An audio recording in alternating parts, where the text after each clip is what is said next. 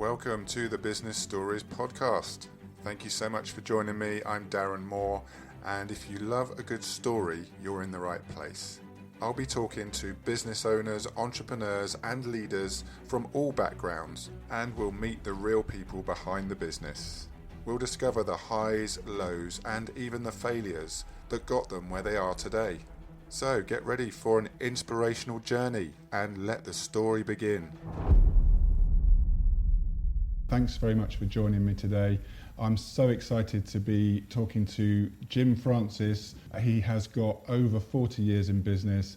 He's run multiple successful businesses. He's an inspiration to so many people. He's involved in coaching, and welcome to the podcast, Jim. Oh, thank you. I appreciate that. It's a pleasure to be here. If I can take you back to where it all started, how did you get into your industry in the first place? Like many people, I had a job. I came out of college, university, and got a job, and I worked in a Fortune 500 company and was climbing the executive ranks, and I call that nowadays the 40-40-40 plan, right? 40 hours a week for 40 years, only to take a 40% pay cut when it's all said and done. Okay. And I kind of realized that wasn't where I wanted to be. Right, and I had a couple of mentors in business in the Fortune 500 company that were career counselors to help me move up the executive ladder. And one of them, a guy named Cliff, said, Jim, you're terrified of public speaking. You need to get over that fear, right? You're doing really successful in terms of your business, but your staff don't like you. Right, and I was 247% of budget, so they really couldn't get rid of me. Mm-hmm. But at the same time, and outside of work, I was a really nice guy, but in work, I was a bit of a taskmaster. So those two events kind of tapped me on the shoulder to say I need to get some skill sets. So I started looking for some coaches. One of the coaches I looked for was a guy named Tony Robbins. That was on the personal development side. I also did some things in terms of social styles and the 4 types of people and learned that skill, which improved my leadership skills and my management skills and my communication skills with people. And as I was doing my personal development growth with Tony, he offered a franchise available. Wow. And I literally didn't have the money, but I had spent $20,000 to buy a franchise from him. And a year later, I did $245,000. Right, that was the beginning. And then from there I started buying some properties on the side and did 2 properties my first year, 6 my next year, 36 my next year. Met another guy named Charles Givens, who was a financial best-selling author. I was trying to bring him up to Canada to speak for me. And 6 months later I was down speaking for him, teaching real estate workshops and things of that nature. And that began the great adventure. Unfortunately, he passed away 6 years later. I was a partner with him at one point. Did really well with him, by the way. Mm-hmm. And when he passed, I went, well, what am I going to do? I was partners with him, and I decided that, based on my Robbins experience and seminars, that I would go out and do my own seminar series, and literally went from 0 the first year to 108 million in 4 years. Right. Retired for the first time. That lasted 6 months. And then I kind of went, oh my God, what did I do? Because I'm a type A personality, and went back to kind of work and did another 18 seminar companies for myself and other people. When you're on that journey, knowing how successful you were becoming and how much confidence you were gaining, how did it feel to be progressing like that? Man, for a kid that had issues when he was younger, that didn't have confidence, that literally the first time I ever did any kind of speaking, my hands would sweat, my mouth would cotton ball. I couldn't get my words out. A little dyslexic.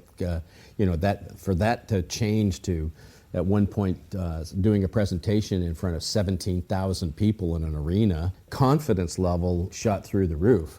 Not just confidence in the speaking, but confidence in business. When I got over the fear of public speaking, I kind of went, well, my God, what else could I do? Right, and that got me the viewpoint of maybe I could start my own business. Maybe I could partner with some of these great people like Tony Robbins and other folks as well. And in terms of the mentality behind that, as we know, mentality, mindset in business is an absolute priority because you've got to be in that right frame of mind. Have you always been that type of person that's going to look on the positive side to drive yourself forward? Well, the personal development stuff with Tony, Les Brown as well, and Brian Tracy, those were 3 of my important mentors in my life. They all gave me a solid foundation of good positive beliefs. So no question. And in fact, there are business beliefs you have to have as well. Like you work on the business, not in the business, just as an example. Otherwise, you're going to be a slave to the business you start, right? So you've got to have those positive belief systems. But it always wasn't that way. And over time, I really do believe in the power of beliefs and obviously the power of coaches. Coaches can make you, whether it's sports or whether it's life or whether it's business, or property or whatever it might be, having a great mentor, somebody that can direct you and put you on the path, that's an important element. Is there stuff that's happened along the way that you weren't expecting? Was it all kind of your vision that you were going to reach this success, or has it taken you? There's two things I'd like to say about that, if that's okay. One is I do believe in the power of goal setting. I sat in a castle, right, a 12,000-foot castle with a guy named Tony Robbins. In a journal, I wrote 168 goals on my journals list. I've lived 163 of them. 5 I haven't hit yet, right? They're still on the list. Yeah. One of them I'm not sure I'm going to get, but there's 5 on the list. And I also added some more with respect to that, but definitely you have to have those goals and dreams to drive you to success, no question, right? What do you now believe to be true that you didn't before? Is there anything that's changed in your approach? I spent some time studying spiritualism. Right, so and the Buddhas and things of that nature, as well as Christianity and a couple of others as well. I read the Book of Quran and different subjects. Interestingly enough, I spent some time with the Hunan priests in Hawaii, and they have a complete belief system. And one of the belief systems that they have is called Kala, right? K-A-L-A, and Kala stands for anything and everything is possible. Okay. Anything and everything is possible for you and for me and for everybody in life. And that's a belief system that empowers you that you can do more than you think you can, right? And you don't want limitations in your life. If you have that kind of belief system, it'll make a magical life for you. And I believe that anybody can be successful in business. Anybody can do 1 million, 10 million, 100 million if they believe, they have the confidence, and they figure out the strategies, the belief, and the action to move forward. I'm sure there's plenty of people that are glad to hear that. That's wise words. Well, I often say I'm a dumb jock, right? I played sports. The only reason I went to university was to play American-Canadian football, right? If it wasn't for American-Canadian football, I wouldn't have went there. And I literally believe it was the coaches in my life that helped me in the sports arena, but it's also the coaches in my life that helped me in life and helped me in business. Looking ahead to the future, what's next for Jim Francis? Well, right now, I kind of believe right now that there's 3 elements in life. The first is learning, and I spent the first 30 years of my life learning strategies, techniques, whether that was personal development or influence or business or property. The next 30 years for me was about, earning, building those businesses and getting successful, whether it was property or business or just life in general.